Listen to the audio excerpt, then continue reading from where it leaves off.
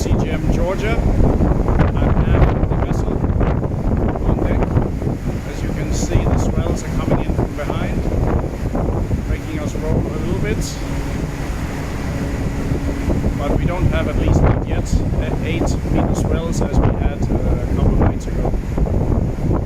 We are about 15 hours ahead of Sydney, and we are expected to board, all going well. And if Sydney port workers are working and not having coffee breaks, tonight at 0400 pilot station and then alongside at 0600.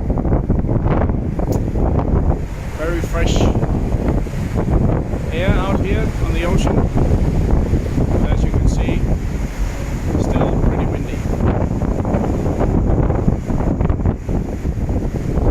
Nature's raw power.